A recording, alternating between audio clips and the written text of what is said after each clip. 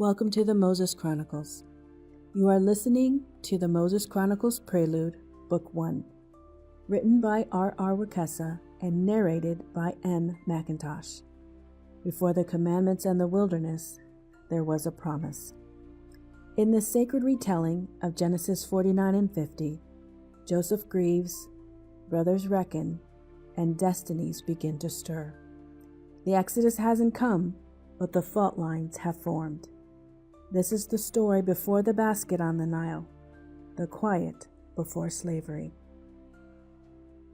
Chapter 4. A Family Restored.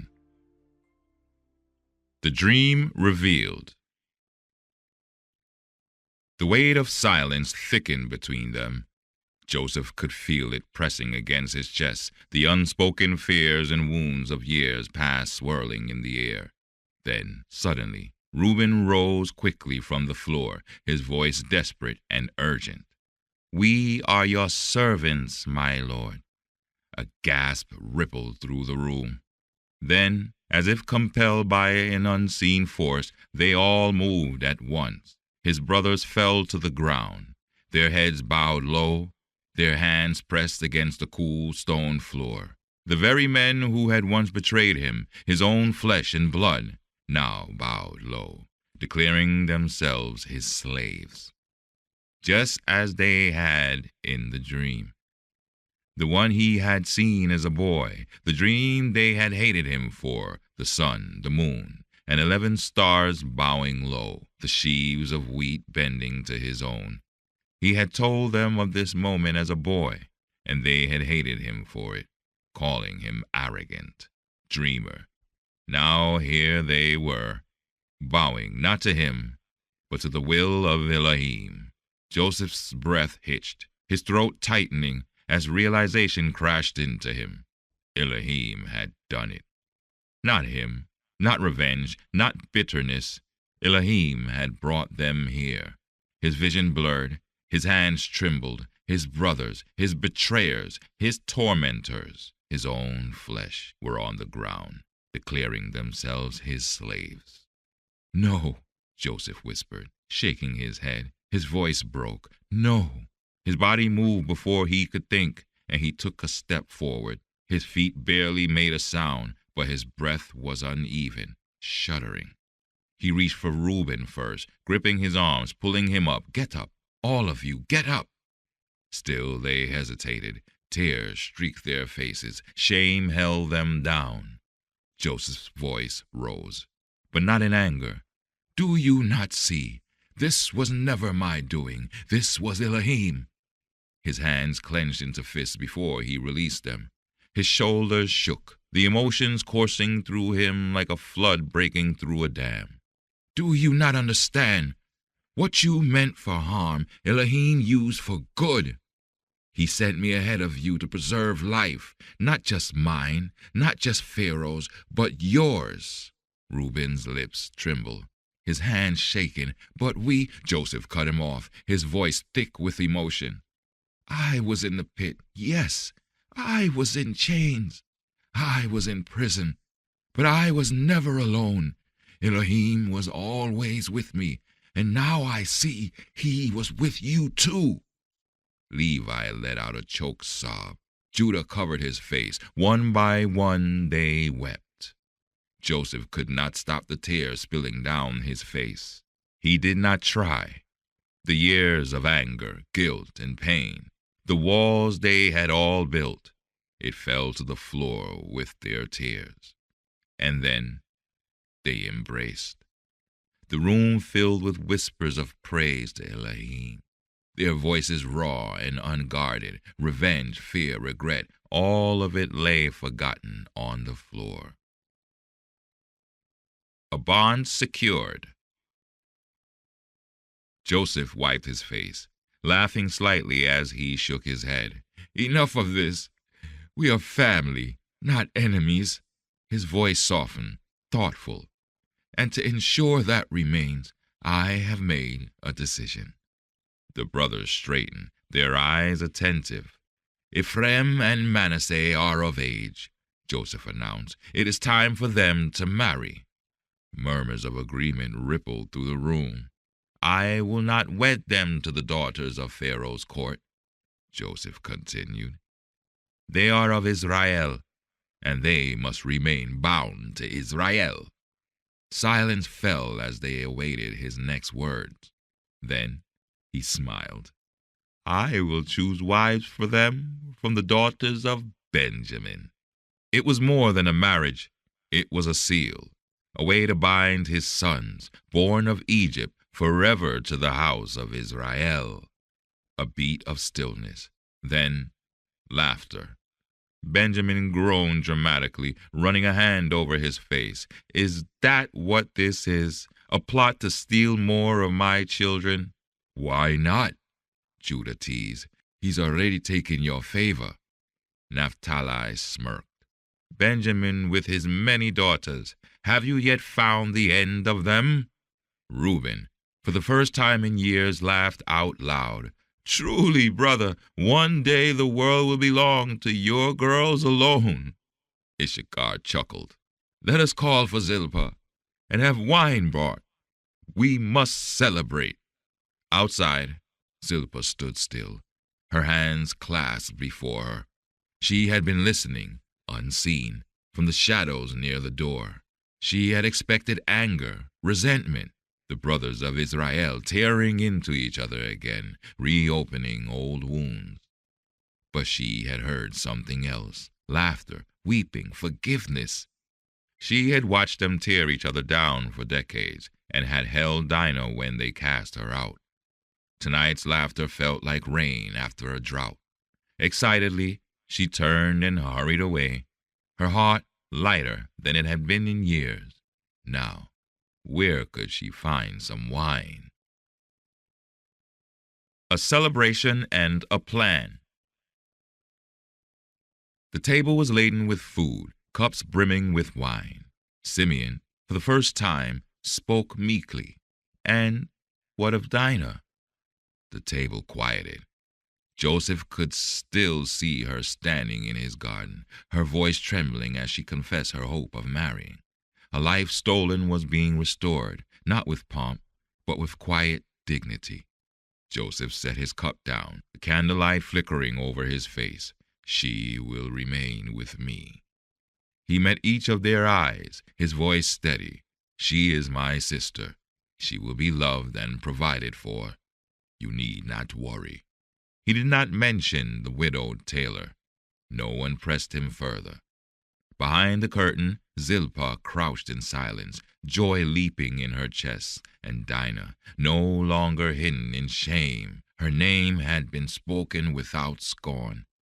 That alone was worth more than a bottle of wine. Instead, as the night stretched on, Joseph shared with them his plans to take Israel's body to Canaan. We must be careful, he warned.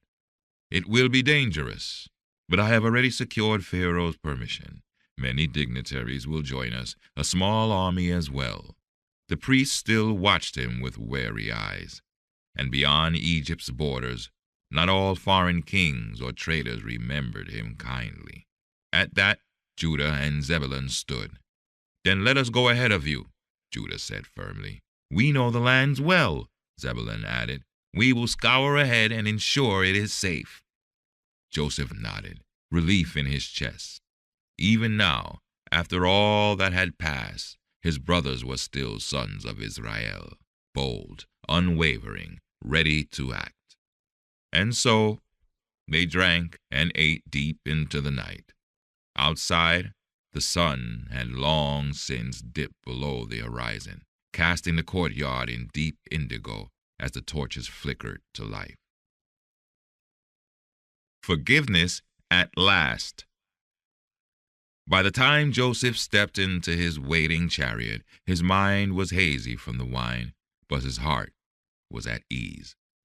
The carriage rumbled through the empty streets, the stars above burning bright and endless. By the time he reached his home, the lamps were low, and the corridors were silent. A servant waited at the door. My lord, he whispered, bowing low, Lady Dinah is settled in the guest wing. Joseph nodded. murmuring a quiet thank you before ascending the steps.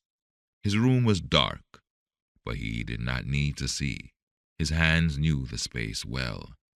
Asenath was already asleep, her form curled beneath the linen covers. Joseph eased into the bed, wrapping his arms around her. He pulled her close, warm, familiar, home. His lips brushed against her hair as he whispered to Elohim, prayer slipping through his lips like a melody. Sleep claimed him before he could finish. Not in years had his heart felt so light. Anticipation. The palace was quiet in the early light of dawn. The air was still, save for the faint rustling of palm leaves outside the window. Asenath stirred, her gaze drifting to Joseph, who lay beside her. He had come in late. She had not waited up, but now, watching him sleep, she could see something she had not seen in weeks. Peace. Even in slumber, his expression was light, almost content. The weight of mourning, the heaviness of responsibility, seemed for the first time to have loosened its grip on him, but she could no longer hold her curiosity. What happened last night? She had so much to tell him about her conversation with Dinah. But first, she wanted to hear everything. She nudged him.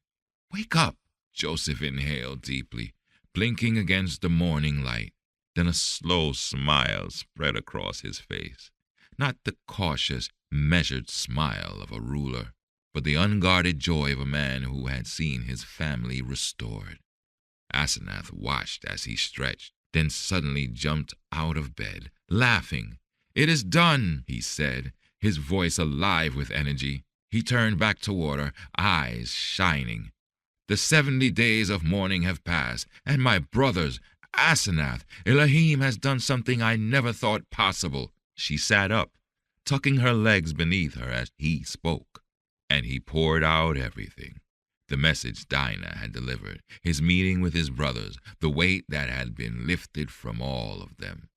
Asenath listened intently, moving with his emotions, her brows furrowing as he spoke of their fears, her lips parting when he told her about Reuben throwing himself to the ground in submission.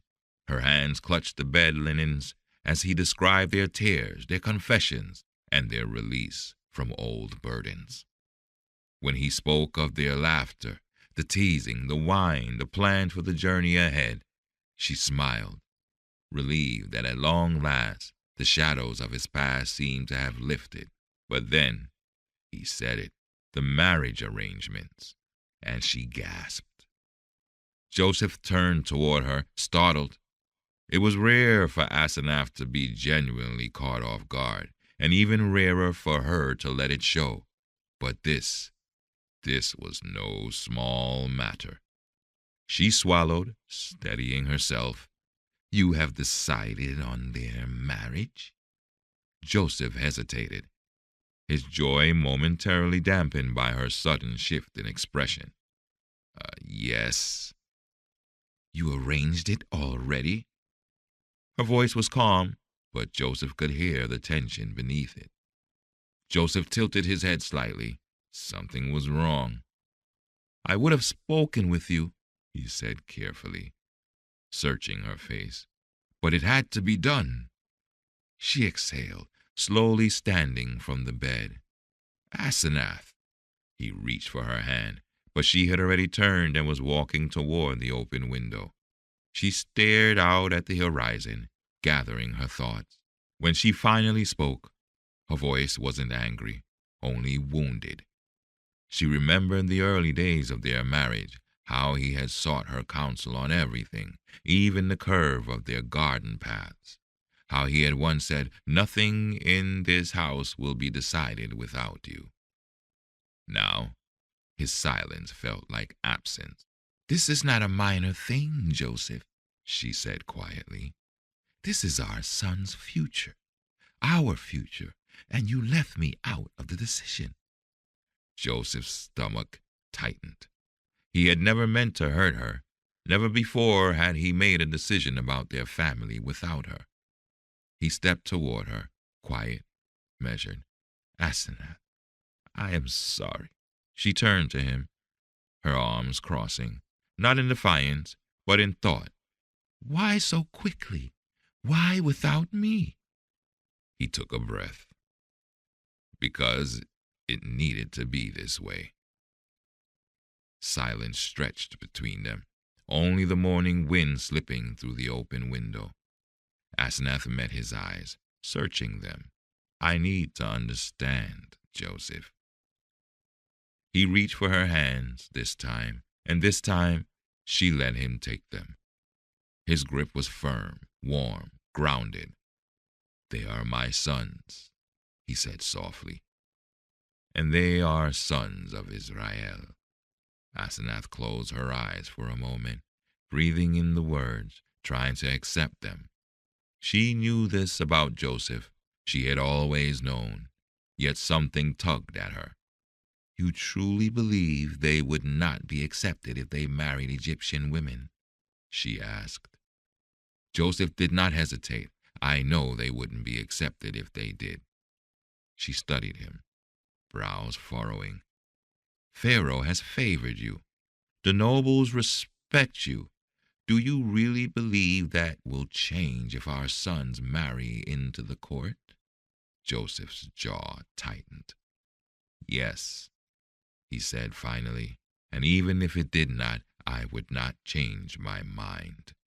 His voice was firm, but not harsh. I am not only thinking of Egypt's favor, Asenath. I am thinking of Elohim's favor. This path isn't only about marriage, Asenath. It's about covenant. The dreams I had as a boy, they're still unfolding. A sharp pang struck her chest. Elohim, the God of her husband, the God she had come to respect, perhaps even love, though she still wrestled with understanding him. Still, a part of her feared what this meant. Then it is already decided, she said, more to herself than to him. Joseph's hand squeezed hers gently. It is. She exhaled through her nose, shaking her head slightly. You should have told me sooner.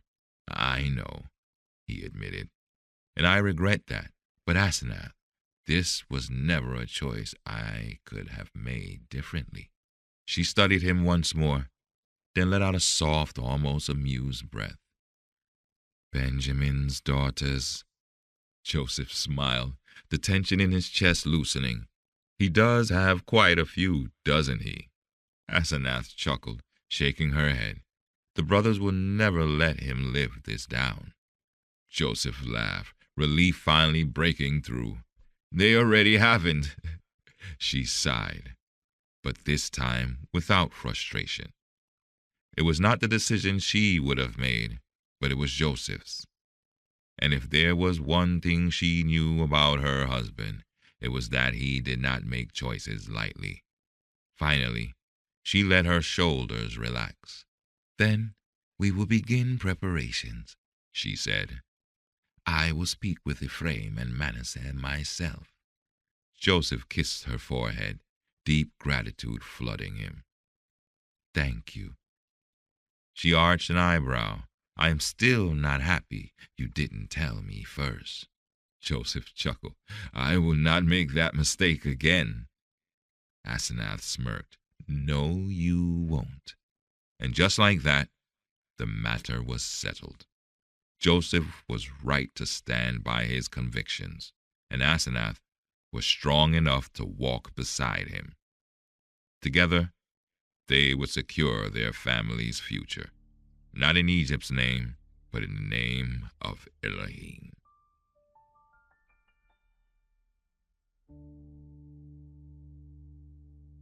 You've been listening to the Moses Chronicles Prelude, narrated by M. McIntosh. To explore the full audiobook, purchase it in digital or printed form, or discover companion writings, visit moseschronicles.com. For more sacred fiction, subscribe and journey with us through promises, exile, and deliverance.